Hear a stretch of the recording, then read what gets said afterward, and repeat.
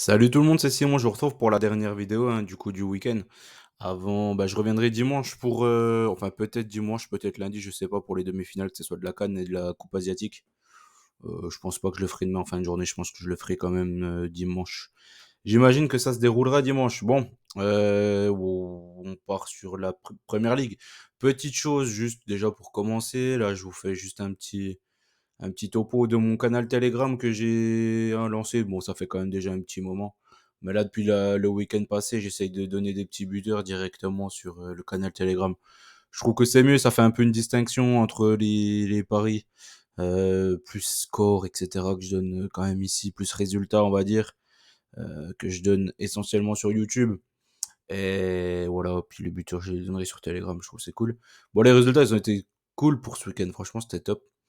Et puis voilà, c'est tout. Juste comme ça. Et après, on part sur un petit récap de la journée, du coup, qui s'est déroulée jusqu'à hier. Du coup, en semaine. Et on va partir sur les pronostics pour ce week-end. Ce week-end, il y a un gros match qu'on attend tous, hein, bien évidemment. Le petit Arsenal-Liverpool, on s'allie déjà d'avance. J'espère que ça va pas faire un gros flop, mais je ne pense pas. Là, vraiment, pour le coup, je pense que ça va être un gros match. Les résultats, du coup, c'est 7 sur 10, ça fait 70%, c'est très bien. Le Wolverhampton-Manchester, franchement, l'under 4 buts, c'était vraiment facile de le prendre en live, l'over, du coup. Moi, je l'ai pris l'over à 3-2. 3-2 pour Manu. Je savais, c'était obligé que les autres, ils allaient se jeter à l'abordage. Par contre, je pensais que le score allait rester à 3-3. Et Manu, là, le but de dingue qu'il met quand même à la fin avec le petit pont, le petit enroulé les pieds droits. Franchement, magnifique, hein, son but, le petit jeune, là, pour donner la victoire à Manchester. Propre. Déjà, Rashford, il avait lancé les hostilités. Il avait déjà marqué un beau but en tout début de rencontre. Après, Wolverhampton, c'était surtout dangereux sur les coups de pied arrêtés. Sans Wang, quand même, ils sont quand même beaucoup moins forts, clairement. Donc, c'est à prendre en compte, ça aussi. Et à West Ham Bournemouth, du coup, j'ai eu le score exact. Là, c'est cool, hein. Franchement, je vous avais dit que j'hésitais avec le nul ou Bournemouth. Du coup, c'est passé. Manchester, je suis un peu deg, hein, parce que franchement, il y avait le N2 quand même à choper, parce que Manchester, ils réussissent toujours bien contre Wolverhampton.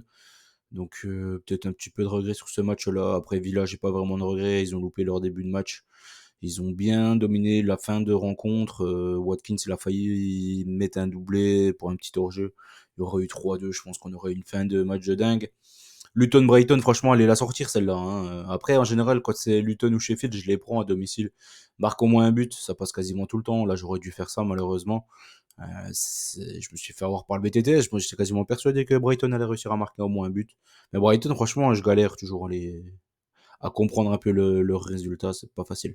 C'est une équipe pas facile aussi à jouer en première ligue. Donc voilà, Arsenal a gagné contre Nottingham. Pareil, encore une fois, Arsenal, ils ont marché sur Nottingham. Et en fin de match, ils se font encore peur, quoi. Je sais pas trop à quoi ils jouent, mais en tout cas, ils ont vraiment marché sur Nottingham tout le long du match. Et en fin de rencontre, après le but de Awoni, déjà c'est un but donné, ça. Et après, ils se sont fait peur. Fulham ou nul, j'ai bien fait d'assurer. Je savais que ça allait être une purge. Bon, on a eu une autre purge. Crystal Palace Sheffield, on a eu notre gros match, hein, ça c'était à prévoir. Hein, et Eze, Olysée, franchement, quel joueur. L'un comme l'autre, quel joueur. Le but de Eze, il est magnifique hors de la surface. Olysée, il a beaucoup loupé tout au long de la rencontre. Bon, au final, c'est lui qui donne la victoire aussi. Hein. Il y a quoi? Ah oui, il y a Brereton aussi qui a signé du coup à Sheffield là au mercato, à ce mercato, et c'est cool. De toute façon, c'était le meilleur joueur de Championship l'an passé. Il était à Blackburn, si je dis pas de conneries, mais il me semble que c'est ça. C'était le meilleur joueur, hein. Franchement, je l'avais dit, moi je le trouvais trop fort et tout. Il était à la Villarreal, apparemment, il a pas trop réussi, mais en même temps, qui réussit à Villarreal, c'est un peu compliqué. Donc voilà. Voilà. Un joueur à surveiller pour la deuxième partie de saison quand même. Tottenham Brentford, bon, là, il y a eu tout à prendre sur ce match-là. Richarlison a marqué, les deux compères de Brentford, la Mopé et Toné, ils ont marqué tous les deux aussi. Toné, franchement, le but qu'il marque, c'est vraiment une faute d'amateur, quoi. Franchement, Tottenham prendre des buts comme ça, c'est catastrophique quand même. Hein. Mine de rien, il se tire tout le temps des balles dans le pied tout seul. Hein. City, Burnley, bon, le handicap, il est passé tranquillou.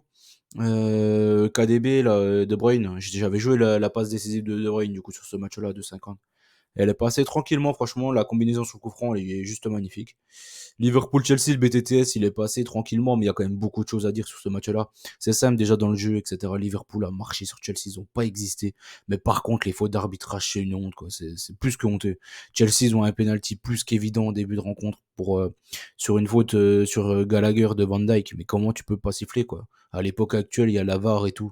Il y a faute au niveau des pieds, il se prend une béquille carrément, le mec. Et il y a faute au niveau des bras aussi, quoi. Je veux dire, il y a double faute. Il y a faute tous les jours. retour. Normalement, Chelsea doit mener 1-0 ce match-là. Peut-être que ça aurait dû changer quelque chose, je sais pas, parce qu'au final, il y a quand même un gros écart de niveau entre les deux équipes. On l'a bien vu, Liverpool était bien, bien, bien au-dessus. La seule chance de Chelsea, c'est qu'il y avait Darwin Nunez pour vendanger toutes les occasions. Tu mettais Nkunku à la place de Darwin Nunez, Liverpool, ils en mettent 10 hein, sur ce match-là, clairement. Mais bon, voilà, quoi. Juste ça. Et puis en deuxième mi-temps, pareil, il y a une faute sur Nkunku, mais flagrante, encore une fois, pas sifflé. Évidemment, il y a 2 pénaltys pour Chelsea, quand même, sur ce match-là. Hein, donc, ça fait quand même flipper. La VAR, elle sert strictement à rien. De toute façon, j'ai jamais défendu cet outil-là qui sert strictement à rien et qui montre encore plus les inégalités au final parce qu'ils sifflent que dans le sens où ils ont envie, que ça soit avec ou sans la VAR. Donc, sauf qu'avec la VAR, c'est encore plus flagrant, quoi. Donc, c'est vraiment dramatique. Wally, Walou, on a fait le petit tour sur la petite journée de PL. Bon, ça donne ça du coup, parce que j'ai pas pu le faire sur les autres. J'attendais que les 5 grands championnats soient passés. Le week-end d'avant, c'est quoi qu'on n'avait pas eu? Je crois que c'est la Coupe de France. Comme il y a la Coupe de France, il n'y a pas eu de Ligue 1. Donc là, c'est la première fois, là, depuis la reprise des championnats, on a les top 5 championnats. Les résultats, ils ont été magnifiques. J'ai intégré la Liga, les 3 résultats de hier et avant-hier. Du coup, sur les 3 matchs, j'ai eu 2 scores exacts quand même. Hein. Le match du Real à Retafe, 2-0, c'est passé. Et le match de l'Atlético 2-1 contre Vallecano, c'est passé aussi. Le Barça, j'avais mis plus de buts, j'avais mis 3-1, je crois. Donc, ils ont gagné 15-0, mais bon, dans tous les cas, j'avais dit de jouer le Barça, donc c'est nickel. La Ligue 1, pour une fois que c'est parfait, c'est nickel. Il n'y a eu qu'une faute, c'est le Mbappé. Et Bundesliga, franchement, parfait. Dommage Leverkusen. Serie A, dommage la Juve, sinon, franchement, pour moi, c'était top. Première Ligue, bah, pas mal, franchement, pas mal. Aston Villa, Newcastle, franchement, c'était un match qu'il fallait éviter, clairement. Luton Brighton, franchement, ouais, franchement, ça a été jouable. Et Wolverhampton Manchester, je l'ai pas joué. Franchement, j'ai chopé l'over en live, j'étais bien content. Donc voilà. En gros, ce qu'il en est, ça fait 75% de réussite sur 49 bêtes, c'est magnifique. J'espère qu'on aura là à peu près la même chose pour ce week-end. On croise les doigts. J'espère que ça continuera ainsi. Allez, c'est parti pour ce week-end. Everton-Tottenham pour commencer. Tottenham, j'ai essayé de regarder le match contre Brentford. J'y arrivais pas. Pourquoi? Parce que la commentatrice là sur Canal, mais ouah, c'était horrible pour les oreilles. Ça va qu'il y avait City en même temps, donc j'étais plus sur le match de City parce que j'étais à fond derrière la passe de Bruyne, mais bon, il la marque assez vite. Donc après, je suis parti sur Liverpool-Chelsea. Surtout, c'est peut-être le match que j'ai le plus regardé, quasiment l'intégralité que j'ai vu celui-ci. Mais Tottenham, franchement, pas mal. Pas mal, pas mal. J'essayais de zapper à chaque fois qu'il y avait des buts et tout. Franchement, ils ont fait une belle petite remontada. Everton, je trouve que le Nigérian, là, Iwobi, il manque énormément au milieu de terrain. Ça leur fait pas mal de mal. Et j'ai vu la fin de rencontre, c'était contre Fulham, du coup, le 0-0. Beto, ce qu'il loupe, oh là là, le malheureux. Il loupe n'importe quoi. 2 fois, il est à 1 mètre du but, il arrive même pas à marquer. Franchement, catastrophique, le pauvre. Lui, il est vraiment au fond du fond du fond du trou. J'espère qu'il va réussir à s'en sortir, parce qu'à l'Udinese, il marquait, il montrait quand même de petites choses, quoi. Je vais pas dire de bonnes choses, parce qu'il a pas été, c'est pas Pelé, quoi. Clairement, non. Mais bon, à voir, à voir, à voir s'il arrive à se remettre dedans. Il y a McNeil, quand même, qui est pas mal. Moi, j'aime bien le joueur. Enfin, en tout cas, c'est un gros battant. Tottenham ici, j'ai du mal à les voir perdre du côté d'Everton, clairement. Peut-être un nul, je sais pas trop. Pour moi, Tottenham, ils ont la grosse armada là. Là, c'est bon, maintenant, tout le monde est revenu. Je les vois pas. Ah si, il manque Bissouma encore. Mais il y a Sarr qui est revenu, donc ça va leur faire déjà pas mal de bien.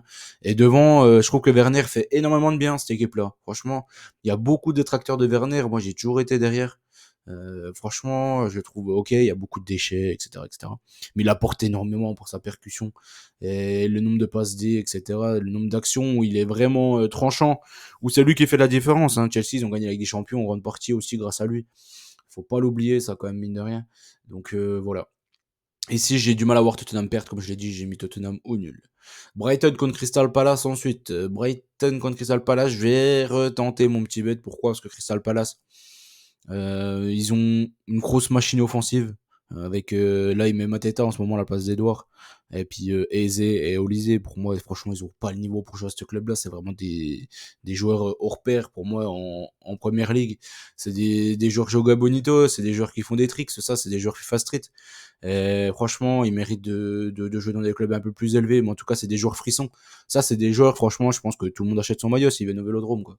C'est des mecs, après, Olysée, maintenant, il coûte trop cher. Et Eze, je pense qu'il est encore abordable, il doit coûter autour de 30 millions. Je pense, j'imagine, en tout cas. Olysée, maintenant, ça coûte 70 millions, ça, c'est intouchable. Je sais pas, il va peut-être partir à Chelsea ou je sais pas où, mais je vois pas trop qui peut aller se le payer. En tout cas, ici, comme je l'ai dit, Brighton à la maison, ils marquent tous les matchs. Crystal Palace, ils ont une bonne équipe offensive. Je vois des buts, je vois un match à but, je pars sur un BTTS. J'ai mis un avantage Brighton. Parce que Crystal Palace, franchement, concède trop d'occasions et trop de lacunes défensives. Burnley Fulham, franchement, c'est le match, je sais pas qui est favori. Là, franchement, j'ai pris un over 1,5 tout simplement parce que je ne vois rien. Burnley, de toute façon, ils vont descendre. Fulham, ils vont se maintenir tranquillement. Après, ils vont lâcher des points par-ci par-là, clairement. Donc, je ne sais pas. Je ne sais pas du tout ce match-là. Je sais pas si ça va faire du N2, si ça va faire du 1N. J'en ai aucune idée. J'ai mis quand même un petit avantage Fulham, mais j'ai pris l'over 1,5. La cote, elle est déjà pas mal. Et c'est pas un match qui va m'intéresser. Newcastle-Luton. Alors là, t'as l'équipe en forme du moment, Luton, et l'équipe qui revient super bien, Newcastle. Je pense que Newcastle à la maison, il faut qu'ils prennent les points là. Il y a Aston Villa qui est clairement en train de caler. Donc je pense que Newcastle peut faire un petit trou là en enchaînant en 4-5 victoires. Je pense qu'ils sont obligés de prendre les points contre Luton, qui, ok, à domicile ils sont performants, mais à l'extérieur ils sont pas terribles non plus. Là ils ont fait des résultats, mais il faut voir contre qui ils ont joué aussi. Donc là je pense que Newcastle va faire le taf à la maison. Je suis parti sur ça, sur un 2-0. Sheffield contre Villa ensuite. Sheffield contre Villa, comme je l'ai dit, Villa, ils ont un gros coup de moins bien. Sheffield, j'aime bien Brereton. Il me fait bien kiffer. Donc là, je suis parti sur le fait que Sheffield marque au moins un but. Je pense qu'ils vont quand même perdre. Mais comme la cote de Villa, elle m'intéresse pas du tout. C'est quasiment la même cote que Sheffield marque. Donc je préfère prendre Sheffield marque ici. Parce que Villa, franchement, ça fait un petit moment. Ils sont un peu dans le creux de la vague. Donc je vais faire confiance à Sheffield devant son public. Ensuite, Bournemouth, Nottingham, Chelsea, Wolverhampton, Manchester United, West Ham, Arsenal, Liverpool, Brentford, City. Franchement, que des matchs frissons. Ça va être compliqué d'en louper là-dedans. Hein. C'est que des bons matchs. Même le Bournemouth-Nottingham, moi, c'est un match qui va me faire kiffer, c'est clair et net. Bournemouth, il joue super bien. Nottingham, c'est une équipe un peu, comment dire, un peu coupée en deux. Là, en plus, ils ont perdu Mangala. Ça va faire pas mal de mal aussi, ça. Qui est parti du côté de Lyon. Je sais pas où Lyon récupère son argent. Ils sont assez incroyables. Mais bon, c'est comme ça. Ici, je pars sur un BTTS. Je pense que Bournemouth, ils vont marquer devant leur public. Je pense que Bournemouth est favori. J'aime pas la cote de Bournemouth, par contre. Je trouve qu'elle est pas assez élevée. Ça vaut pas ça, clairement. Nottingham, ils sont pas si mauvais que ça. Je pense qu'ils ont les moyens d'embêter avec Gibbs White, avec Wood, avec Awoni qui est revenu. Ils ont vraiment les moyens d'embêter quand même cette équipe de Bournemouth. Donc j'ai pris un BTTS et je vois quand même Bournemouth au final. Mais bon, ça, on verra. Chelsea Wolverhampton, là c'est la cote la plus basse que j'ai pris de toutes les vidéos pour ce week-end, clairement. Tout simplement parce que Chelsea c'est une équipe en qui je peux pas avoir confiance. Même si je les aime, voilà, je peux pas faire confiance à cette équipe-là. Il y a le retour d'Nkunku, c'est bien, mais ils ont un match super important en Cup, juste derrière contre Villa. Ça doit être 3 ou 4 jours après. Donc en championnat, ils vont plus rien espérer. Ils ont 11 ou 12 points de retard, je crois, sur les places qualificatives, donc c'est mort. Et Wolverhampton, mine de rien, sans Wang, je trouve, ils ont du mal. Donc je les vois pas gagner du côté de Chelsea. J'ai peur du nul, mais Chelsea à la maison, c'est quand même solide. Ils montrent qu'ils ont fait une bonne série là. Donc je les vois pas perdre quand même à domicile contre Wolverhampton. Ils avaient déjà fait un nul 0-0 contre Villa à la maison là en coupe. Mais bon, clairement, ils leur avaient marché dessus. C'était pas mérité le point de Villa. Pas le point, mais bon, c'est le match retour de Villa. Donc ici j'ai pris Chelsea en draw no bet, comme je l'ai dit, c'est la cote la plus basse que j'ai pris, et de très très loin. Je pense que Chelsea, enfin voilà quoi, comme je vous dis, je pense que Wolverhampton est quand même en dessous de Chelsea. Attention coup de pied arrêté, mais après Chelsea c'est une équipe qui est plutôt performante sur les coups de pied arrêtés, donc je vais leur faire confiance quand même, surtout Wolverhampton, ils ont 24 heures en moins de récupération, clairement, ça peut jouer, surtout vu l'intensité qu'ils ont mis dans le match, l'intensité physique qu'ils ont mis dans le match contre Manu. Man United, maintenant, justement, on y vient contre West Ham. Man United, c'est chaud patate ici. Hein. J'ai hésité à prendre le BTTS, mais c'est juste que West Ham, sans Paqueta, je trouve il manque vraiment de magie offensive. Donc tout repose sur un, les coups francs de Ward Prowse, les corners de Ward Prowse, et deux, Kudus Bowen. Si t'as pas Kudus ou Bowen en forme, Bowen en ce moment, on voit qu'il a un peu plus de mal. Kudus, il revient de la CAN, faudra voir dans quel état il revient. Il a joué, il a pas été impactant sur le match contre Bournemouth. Donc faudra voir. Faudra voir. Je pense que Manchester, ils sont au-dessus ici. J'ai peur d'un nul, d'un 1-1, d'un 2-2. Donc j'ai pris le Manu ou nul et over 1,5. Dans tous les cas, j'ai du mal à voir un match fermé entre ces deux équipes-là. Arsenal-Liverpool ensuite, pareil, je vois pas du tout un match fermé entre ces deux équipes-là. Pour moi, Liverpool, il montre que avec Klopp, ils vont essayer d'aller chercher son dernier titre avant qu'ils partent. En plus, ils ont l'arbitre avec eux. Si ça perdure comme ça, ils peuvent aller au bout, clairement. Je pense qu'ils ont pas intérêt de perdre des points parce que City vont tout gagner maintenant qu'ils ont récupéré De Bruyne. Je pense que De Bruyne et Haaland, hein, du coup, qui est rentré en fin de match aussi. Là, je pense qu'ils vont plus perdre beaucoup de points City. Hein. Donc Arsenal, Liverpool. Je pense que Liverpool est favori. Après Arsenal devant son public, j'ai du mal à les voir être décevants. Je me souviens surtout du match de l'an passé, le 3-2 pour Arsenal, où c'est que Liverpool était tranquille et au final ils se sont fait remonter et ils ont perdu. Donc là ici je me méfie. Donc j'ai pris un VTTS encore une fois ici. Je pense qu'il devrait passer clairement. Et je vois Liverpool bien au-dessus de cette équipe d'Arsenal quand même mine de rien. Je trouve qu'Arsenal, ils sont un peu surcotés. En tout cas, ça, c'est mon avis.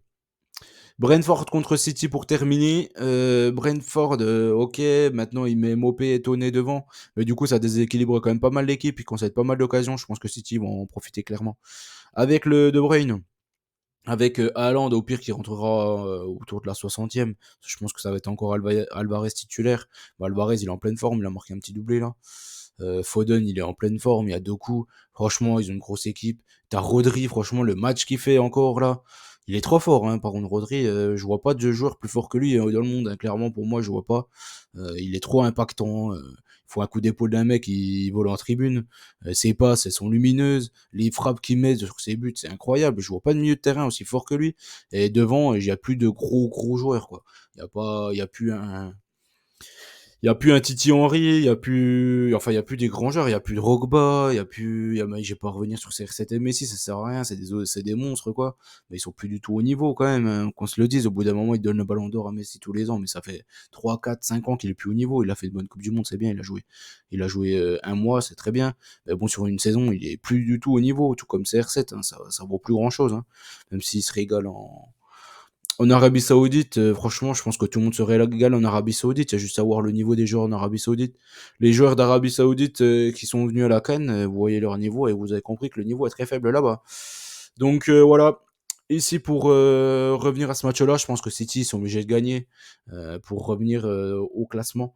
Donc là, je les mets vainqueurs. Après, c'est super compliqué. Brentford, ils adorent jouer les grosses équipes. Attention quand même à Brentford, je me méfie. C'est pour ça que je l'ai pas pris en bête finale. J'ai gardé le BTTS entre Arsenal et Liverpool. Après, sur les 10 matchs, franchement, c'est à peu près, mes confiances, elles sont à peu près similaires pour tous les matchs, quoi.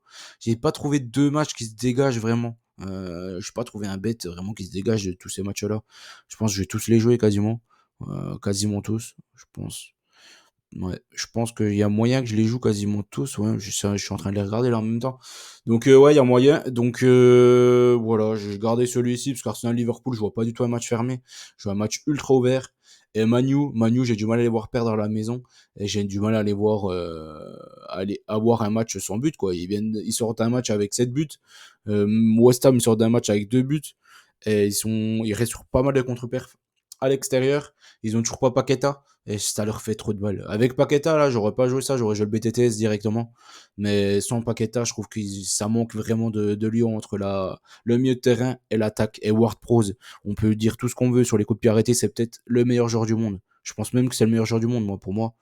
Sur les coups francs, les corners, je vois personne qui joue et les tire aussi bien que lui. Mais par contre, dans le jeu, il est quand même très limité.